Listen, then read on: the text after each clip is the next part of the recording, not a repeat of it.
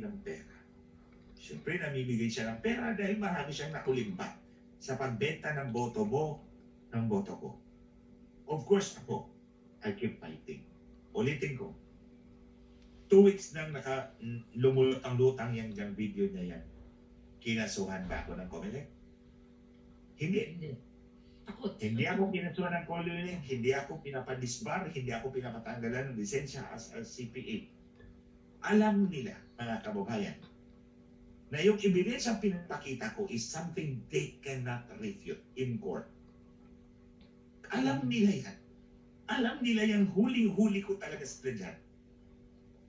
Hindi, si George Quintana nga sinabi ko, ikaw nag-offer ka sa akin. Na kapag mag-usap kami ni Brillantes, wala na akong problema sa biliran. Ang tawag mo sa akin, congressman, so ibig sabihin, dadayain niyo yung eleksyon. Tumahimik lang ako. But I did not. Tingnan ninyo mga kababayan. I'm showing you a concrete example. Inano na nila ako. They enticed me. Tumahimik ka na dyan, Glenchong. Magiging congressman ka uli. Wala ka ng problema sa biliran. But I chose to be out in the streets telling the people, telling you about this. Because kung tinanggap ko lang yon, sarili ko lang ang magbibigayaan at your expense. But I chose to fight outside.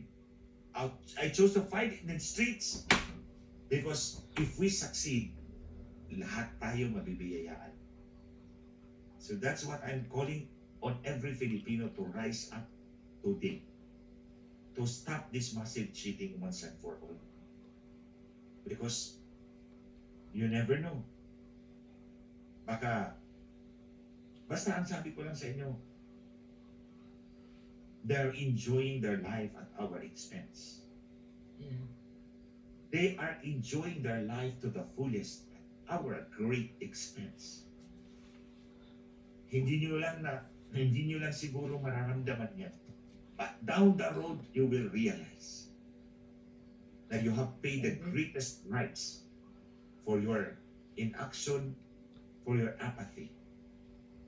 Now that there are still people fighting, you have to stand up and make a move. Itong eleksyon na to, kapag nakita nyo hindi katanggap-tanggap, we should band together to rid our elections of this syndicate once and for all. Yeah. Grabe And yung ito, 12 billion. Ate 4 Claire. billion na insertion doon sa Yes, thank you Baykang. Ate Claire for reminding me Yeah. about that. Mga kababayan, kung natandaan nyo, nag-insert ng 12 billion doon sa Bicameral Conference Committee para sa charter change. So, nagbigay sila ng 12 billion pesos sa COMELEC para ipatupad yung charter change kasi meron yung expenses involved. Plebiscito, di ba? Mag-plebiscito tayo pag magkakaroon ng charter change. So, magkakaroon ng plebiscito. That's the equivalent of an election. Pero itong plebiscito issue ang pagbubutuhan natin kung approve tayo o hindi. So 12 billion ang inallocate niya, actually insertion niya ng bicameral conference committee. 2 years ago, a year or 2 years ago. Now ordinarily, mga kababayan, itong 12 billion, it reverts back to the national government. Excuse me. To the Bureau of the Treasury. Balik yan sa Bureau of the Treasury if it's a normal government office. However, the COMELEC is not an ordinary government office. It is a constitutional office. Constitutional office dahil nakalagay siya sa Constitution.